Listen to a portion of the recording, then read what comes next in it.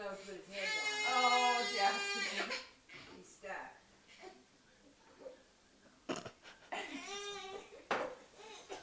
Look at that, you're fine.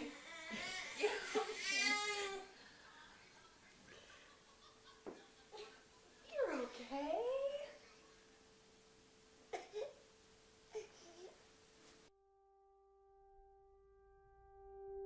When I found out I was pregnant, I was kind of suspicious for a while, so I bought a test and I took it and it was negative. I made the mistake of keeping the box in my car for my father to find, which he did, and my parents questioned me about it. I told them it was negative. They didn't believe me. They made me go out and buy another test.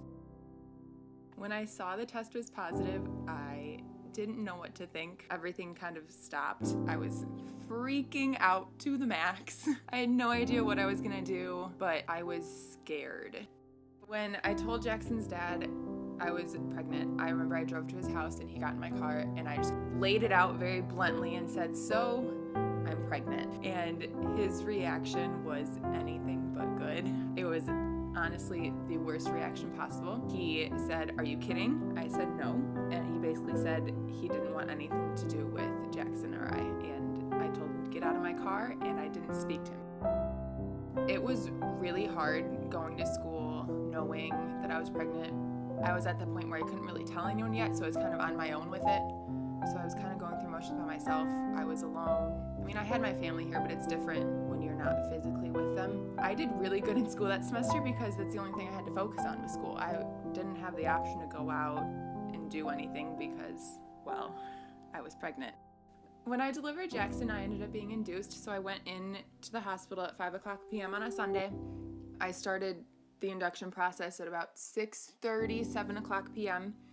By 8:39, I was feeling a little bit crampy and it started progressing from there. However, my nurse did not believe that I was in labor. She kept insisting that I was a first-time mom and didn't know what to expect until she came in the room at about 11 o'clock p.m. and she checked my process and said, "Wow, you are in labor. You're about 8.5 centimeters dilated. You're going to be having this baby pretty quick." So I didn't have any pain medicine. Jaxson came out really fast. It was on his own terms. And it was the most incredible thing in the entire world. Taking classes with a newborn was very, very difficult. It's hard to balance being a mom and being a student at the same time. You don't know when you could do your homework. Once I started studying, then I would hear crying, and it was hard, especially because Jaxson didn't like to be put down. I was trying to hold him all the time while doing homework. I ended up getting through the semester with good grades. Driving to Milwaukee is about an hour and a half, 2 hours. I drive to school 2 days a week. First semester that I drove was really hard because Jaxson was still little, and it was really the first time that I left him. It was very emotional leaving him. It's long, long days without him. I miss him so much by the time I'm done with school and I get home. My family has been the biggest support system I could have ever asked for. My grandma moved in with us, which has been a huge help. They do more than I could have asked for. They let me still be a 21-year-old, which is really nice. I'm graduating from college in May with a degree in healthcare administration. I'm not sure exactly what I'm going to be doing after I graduate, but I know that I want to get into the field right away and just get a job where I can. I guess we'll just kind of see where life takes me. Jaxson, if you're watching this in the future, I love you so much.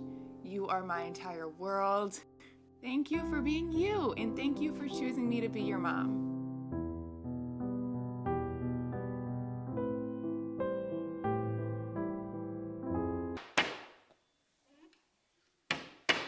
That's probably not something good to be banging on.